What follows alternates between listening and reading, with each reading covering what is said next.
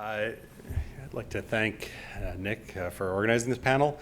As someone who came into TDM from a different area, because of the sort of focus on sustainability and information and the power and leverage that you can get from using these kinds of technologies, I think that TISMO as a concept is one that is, I think, should be really clear and really appealing to folks in TDM. And I think this actually makes this effort one of the more important ones that's going on in TDM broadly these days, just because it's a way to build bridges with folks coming from backgrounds like Josh's with ITS and traffic engineering. The folks who in the transportation system that we have in the U.S. Are often the ones who control all the budget, right? All the road building budget and the operations budget, and find ways to work in a way that's mutually beneficial to make the system more optimized, more efficient, and ultimately more sustainable and better for everyone's quality of life. So I really think, although TISMO as a term is a little bit new to me here, when I started having conversations about being on this panel, I think it's actually incredibly important for us as a TDM community to embrace it. All right, that's my personal point of privilege here. So let's talk about planned special events. So my company's action figure, a few people still know us as Transit Screen because that was the first product we developed, was a real-time transportation information screen like you see there outside the Golden State Warriors Stadium in San Francisco. But planned special events are really ones which put the most stress on the transportation system, both from a capacity perspective and from people's expectations perspective. As Josh was saying, it's that unplanned surprise where you just have a terrible day because you didn't know that Taylor Swift was in town and you're kicking yourself for missing tickets, and you're stuck in traffic. It's those kinds of incidents that create the worst outcomes for everybody. So they matter a lot for the system and for its capacity and its function, and for its political well-being as well.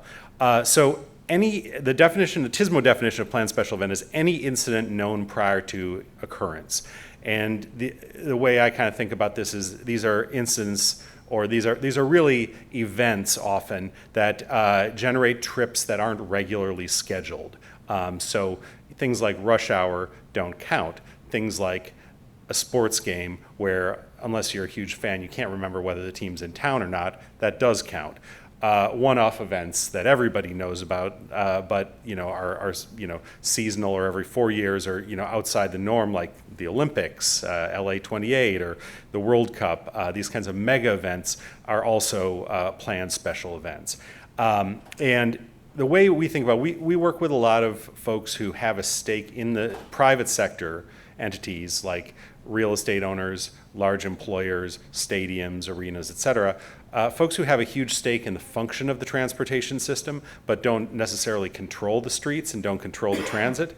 But they work with the folks who do. And so recurring events are really an opportunity to develop an operations playbook for large events. You have a routine and you execute it on game day, whereas one-off events are a different level, but you can use the playbooks that you've developed to meet the operational challenges, and really it's a coordinations challenge more than anything.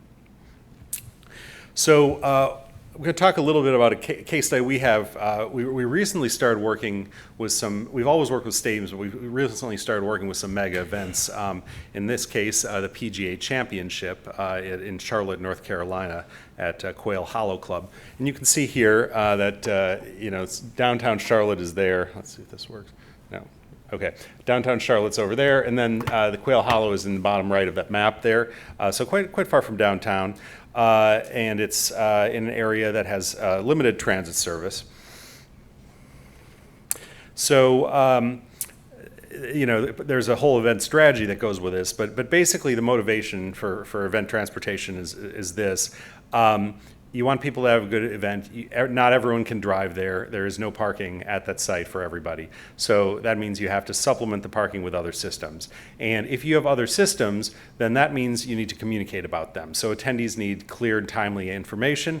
They need it provided proactively, so they don't just drive to the entrance and then get turned around. And then, that they'll make sure that people can arrive on time, alleviate stress and confusion, and makes the whole system function much better. So on this event, we worked with a partner. It's a company called TMS out of Frederick, Maryland. They're one of the world's largest transportation event operators. Have been in business 30 years and have managed over 5,000 events. And what we do at Action Figure is we aggregate data across all forms of public and private and shared transportation to create different information channels and communicate with the public primarily in different ways. So that can be based on screen communication, can be based on mobile and web information, as well as other types of TDM and marketing information. And the key piece that we provide here is the ability to use private transportation seamlessly within all of the other information. So, for example, public transportation working with private transportation seamlessly, providing event shuttles, being able to identify what the schedule of those event shuttles is and where they operate, and stand those up for a 1, 2, 3, 4-day event. That's really a unique capability that we brought to the table. And this event needed it. So, if you look at how people were getting there, you had on-site ride-hailing pickup and drop-off. So some people were taking Uber and Lyft there, but far from a majority, sort of in the, I think, 10, 20% range. There was also VIP parking available there. Again, a minority of people using the VIP parking. And then the majority of folks were getting there via driving to park and ride lots, and there were 3 park and ride lots that were situated in different areas around the event, around the country club, and not on site, usually a couple miles away. And then they had event shuttles running frequently to and from those sites. Particularly during ingress and egress at the beginning and end of days. And lastly, the local transit agency, CATS, has the Lynx line, which is a light rail line, and they connected that to this agency, but it involved providing a higher level of service than usual on that light rail line, so they modified service, and then they also had to reroute a local bus to be a connector shuttle to that service. So a lot of changes, and actually, none of those were reflected in their GTFS schedules and in their own transit information systems. We had to modify those for our event customer.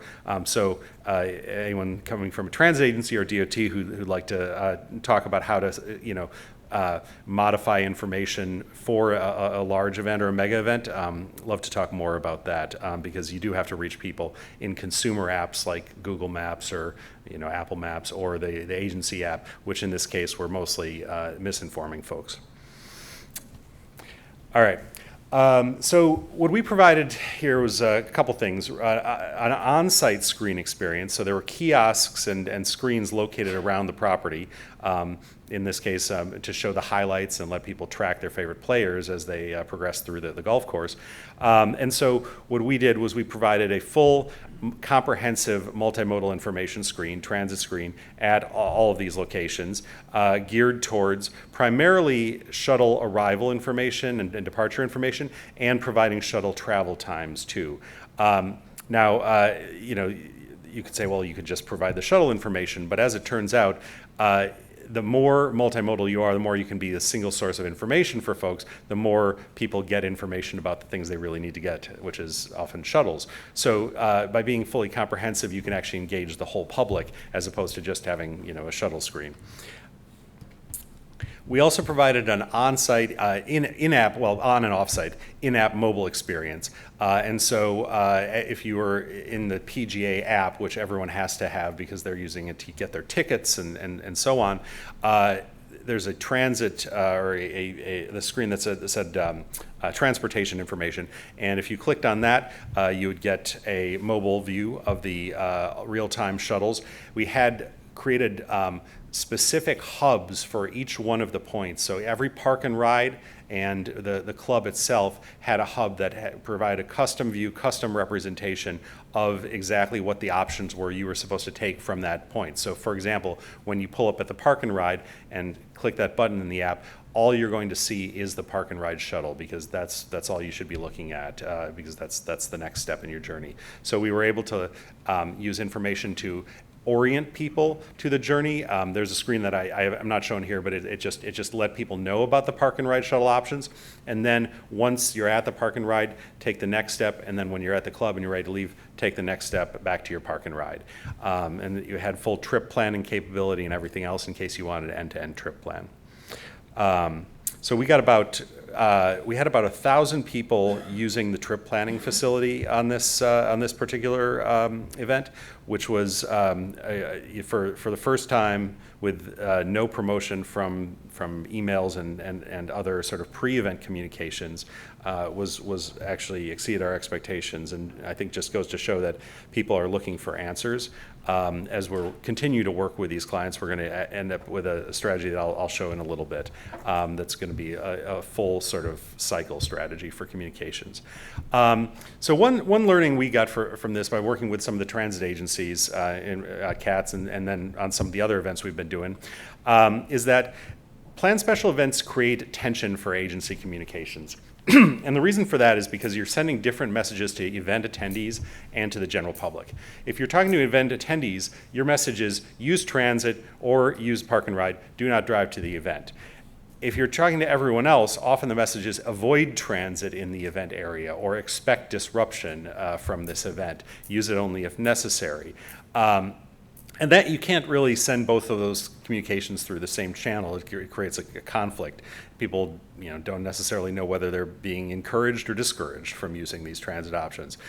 So I think what that means is you really need to have an event-specific transportation communications channel, and the natural channel for that is going to be working with the event. In this case, working with the PGA with their app and using that as the message communication channel and say, if you're just downtown, take transit and do this. And then meanwhile, the sort of general, communications from CATS to everyone else is there's a special event here in this area and avoid it if you can. The specific messages to the attendees override the general messages, and so it actually works out quite well. So another opportunity we realized after this one that we're putting into a couple more of our upcoming events is the opportunity to use AI and kind of digital twins of the travel model to enhance pre-event planning and coordination. And so traditionally the way that a lot of these events are run is you divide up attendees into people coming from the north, coming from the west, and coming from the east, and then you put a park and ride for those folks somewhere. But then you need extra capacity because you don't actually know where people are coming from. You don't know how many people are using each one. You're making guesses. And you don't know how to optimize your shuttles, and you don't know how to optimize your parking. And so being able to model trips that use both driving, public transit, and these shuttles from all over the area and use that with real data from ticket sales allows us to actually model the specific demand for all of these different sites and then divide it up in a more intelligent way and a more optimal way. So you can use it to direct folks to the right park and ride or the right transit option, and then you can actually control traffic dynamically during events if necessary. So I think this is a really exciting opportunity for event management. And then lastly, the way we've kind of worked this out is really, if you're doing event transportation communications around one of these planned events, you really need a kind of a 4-stage model. I'm intentionally stealing the 4-stage idea here. But basically, it starts with planning. You really need to plan in advance of the events, identify the travel options, and model scenarios. And then the first key touch point is really through a trip planner. So for folks who are going to that event, you need to provide them with personalized travel plans ahead of time and create touch points, often using email and text for that. So that's that web channel and that pre-event channel is really an important one, because that's where people lock in their travel plans. Then on the day of the event, you need to support travel with real-time information and trip planning. There's really no time to get people to download a new app for things like this, so you have to embed it in the event app or whatever the app is that people are using to gain access or use their tickets. And then at the event, you can optimize ingress and egress using things like digital screens, transit screens, which have a great way to sort of control crowd flow and set expectations there. So a combination of those two are really what you need for event transportation. So ultimately, what you're trying to give people who are attending the event is a positive event transportation experience: seamless, smooth arrival and departure, low stress. Ultimately, that enhances safety and reduces traffic congestion for everybody else, and then promotes a sustainable event as well, and creates a positive event perception, so that if it's a repeat event like a sports event, you'll continue to get high event and repeat participation, because people will realize it's easier than they thought, and it creates a positive event perception among the people who are affected by the event, but were not actually part of the event. So that's the plan, and that's what we're going to do for the next set of these events that we're doing. And I think it's a really interesting frontier for TDM and TSMO. So thanks. Look forward to your questions later.